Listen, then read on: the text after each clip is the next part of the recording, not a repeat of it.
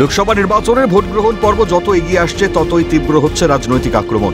শাসক দলকে নিশানা করে সুর চড়াচ্ছেন রাজ্যের বিরোধী দলনেতা শুভেন্দু অধিকারী।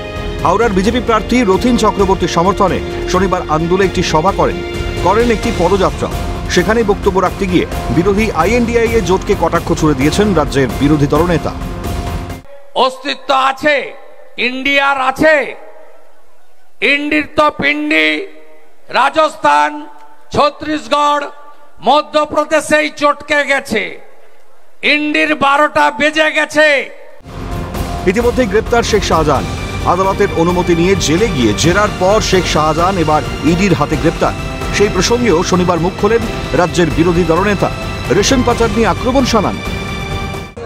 ইডি তো প্রথম গেছিল, কারণ শাহজাহান ফুড কর্পোরেশন ইন্ডিয়ার ভারত সরকারের পাঠানো সাদা চাল, পরিষ্কার চাল আর ভালো গম, সেগুলো বাংলাদেশের সাতক্ষীরাতে পাচার করত।